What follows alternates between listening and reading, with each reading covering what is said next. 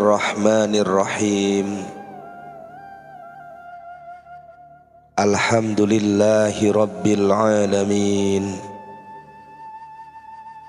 Assalatu wassalamu alaika ya Sayyidi ya Rasulullah. Khudh biyadi qallat hilati adrikni. Maulana Rumi berkata, aku ingin pergi ke Tukot karena daerah itu sangat hangat. Meskipun Anatolia juga daerah yang hangat, tapi mayoritas orang-orang Roma yang ada di sana tidak memahami bahasa kita.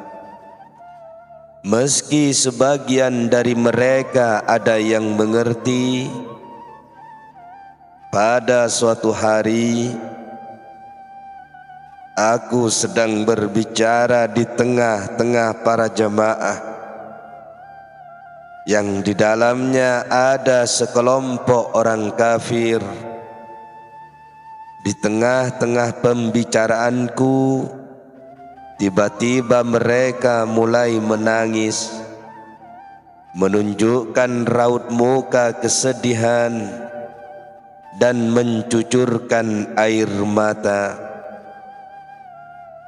Salah seorang dari mereka bertanya, apa yang mereka pahami dan ketahui?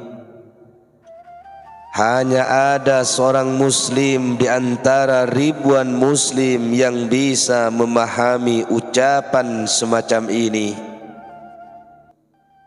Apa sebenarnya yang mereka pahami sehingga mereka menangis sedemikian rupa? Maulana Rumi menjawab, mereka tidak harus memahami makna kata-kata ini.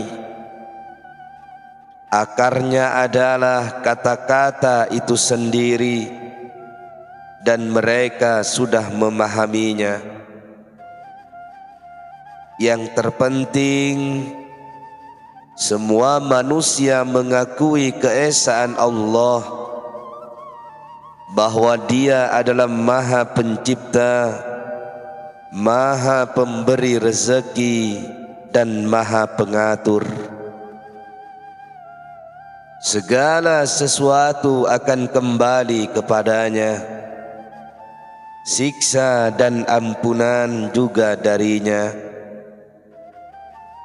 Ketika seorang mendengar ucapan yang merupakan sifat-sifat Allah semacam ini, yang berarti kita sedang menyebut-nyebutnya, maka ia bisa merasa sedih dan mencucurkan air mata. Karena dari perkataan seperti ini tercium aroma sang kasih yang merupakan tujuannya. Meskipun jalannya berbeda-beda, namun tujuan tetaplah satu. Tidakkah kamu lihat bahwa ada banyak sekali jalan menuju Ka'bah? Ada yang berjalan dari Roma, dari Syam, dari Persia, dari Cina, dan ada juga yang menempuh jalur laut dari India dan Yaman. Demikianlah jika kamu memikirkan jalan-jalan tersebut, maka kamu akan menemukan banyak sekali perbedaan dan tampilan yang tak terbatas. Tapi jika kamu melihat tujuannya, maka semua akan tampak sama dan berujung pada satu hal, semua hati tertuju pada Ka'bah.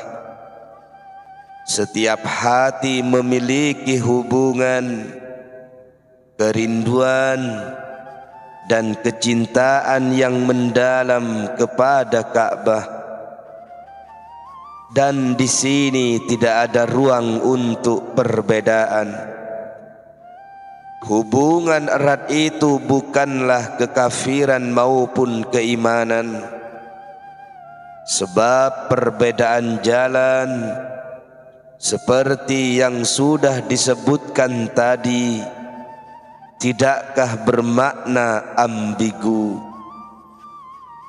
Begitu mereka sampai kepada tujuan mereka, maka berbagai jenis perdebatan, pergulatan dan perbedaan yang ada di jalan seperti perkataan kamu salah, kamu seorang kafir, dan orang-orang yang lain juga mengatakan hal yang sama jika mereka semua sudah sampai di Ka'bah, maka akan segera mengetahui bahwa berbagai pertentangan tadi hanya terjadi di jalanan, sementara tujuan mereka adalah sama. Sebagai contoh, jika sebuah mangkuk memiliki ruh, maka ia akan menjadi hamba bagi penciptanya dan terlibat dalam permainan cinta. Sekarang, kepada mangkuk yang dibuat oleh tangan manusia ini, seseorang mengatakan mangkuk itu harus diletakkan di atas meja, sementara yang lain mengatakan mangkuk itu harus dicuci dulu bagian dalamnya. Yang lain mengatakan yang harus dicuci seharusnya bagian luarnya. Yang lain lagi mengatakan bagian dalam maupun luar harus dicuci semua. Dan yang lain lagi berkata mangkuk itu tidak perlu dicuci sama sekali. Perbedaan mereka hanya terjadi pada perkara-perkara semacam ini. Adapun fakta bahwa mangkuk itu diciptakan oleh seseorang yang memiliki kecakapan tertentu, tidak mereka lihat, sebab mereka semua sudah menyetujuinya, dan tidak ada lagi perbedaan di antara mereka mengenai hal itu. Mari kita kembali ke pokok pembahasan. Semua manusia jauh di lubuk hati mereka yang terdalam sangat mencintai Tuhannya dan mencarinya. Semua manusia butuh dan menggantungkan seluruh harapan mereka padanya. Mereka mengerti bahwa tidak ada siapapun lagi yang mampu membantu urusan-urusan mereka. Makna seperti ini tidak lagi menyangkut persoalan keimanan maupun kekafiran. Tidak ada nama khusus untuknya di dalam hati. Ketika air maknawi mengalir keluar dari hati seseorang menuju muara lisan dan kemudian membeku, maka ia memerlukan aksiden dan ungkapan. Disinilah baru muncul istilah kekafiran, keimanan, kebaikan, dan keburukan. Seperti halnya tanaman-tanaman yang tumbuh dari tanah. Pada mulanya tanaman tidak memiliki bentuk, namun ketika sudah keluar dari tanah dan menyembul di atas bumi, tanaman ini tampak di hadapan mata sebagai bentuk yang lembut, indah, dan berwarna putih. Lalu ketika telah berkembang menjadi pohon yang besar, tanaman ini menjadi keras, lebat, dan memiliki warna yang lain.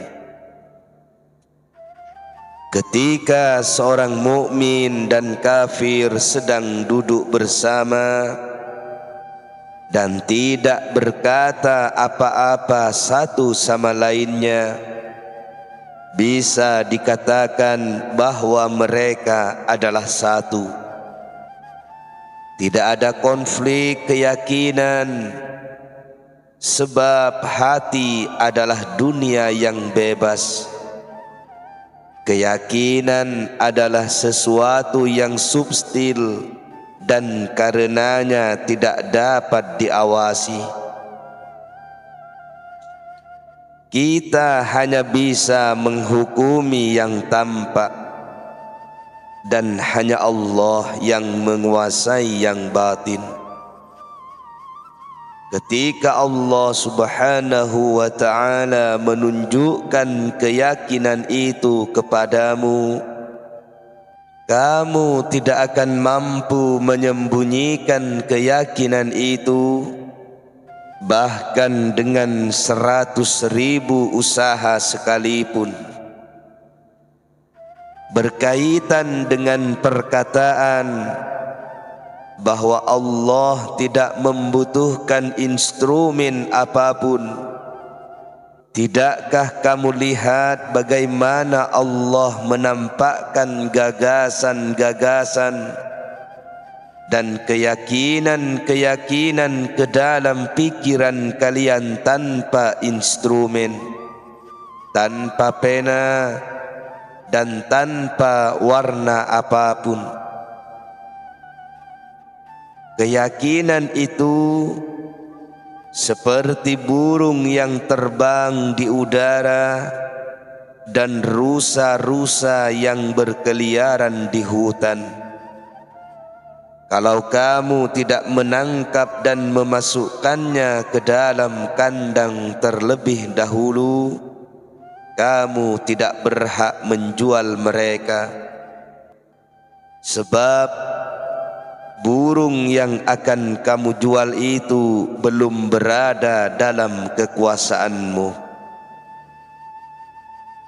Karena dalam jual beli ada syarat transaksi, dan kalau syarat itu tidak bisa kamu penuhi, lantas bagaimana kamu bisa melakukan transaksi? Demikianlah, sepanjang keyakinan masih berada dalam hati, maka ia tidak memiliki nama dan tanda. Kita tidak bisa melabelinya dengan status kafir maupun Islam. Tidak ada seorang hakim pun yang berkata, dalam hatimu kamu berikrar demikian dan kamu memiliki gagasan demikian, atau bersumpahlah bahwa dalam hatimu kamu tidak pernah berpikir demikian. Semua hakim tidak mungkin berbicara begitu, sebab tidak satu orang pun yang bisa menilai hati orang lain. Keyakinan itu seperti burung-burung di angkasa. Ketika keyakinan itu sudah diekspresikan dalam kata-kata, barulah kita bisa menghukumi dengan muslim, kafir, benar atau salah. Ada sebuah dunia bagi tubuh, dunia bagi gagasan-gagasan, dunia bagi imajinasi, dan dunia untuk praduga. Allah Subhanahu wa ta'ala berada di belakang semua dunia itu, tidak di dalam ataupun di luarnya. Renungkanlah bagaimana Allah bisa menciptakan gagasan-gagasan semacam ini. Dia menciptakannya tanpa ada bagaimana, tanpa pena dan tanpa instrumen. Terkait dengan imajinasi atau gagasan ini, jika kamu hendak mencarinya dengan membelah dada manusia dan menajamkan pandangan demi melihat partikel demi partikel, niscaya kamu tidak akan pernah bisa menemukannya. Kamu tidak akan menemukannya dalam darah, dalam urat, di atas, dan tidak juga di bawah. Kamu tidak akan menemukannya dalam satu organ tertentu, karena imajinasi atau gagasan memang bersifat non-materi, tidak berwaktu dan bertempat. Bahkan kamu juga tidak akan menemukannya di luar dada.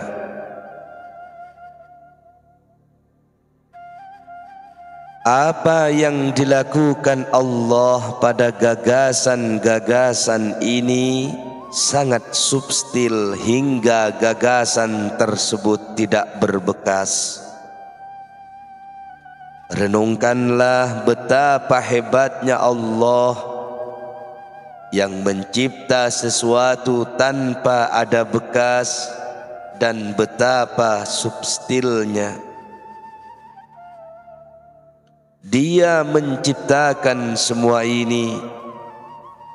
Sebagaimana tubuh manusia yang mencolok, jika dibandingkan dengan makna yang ada dalam diri manusia, maka makna yang subtil dan tidak tampak ini adalah sebuah tubuh dan bentuk yang mencolok bagi kesubstilan Allah.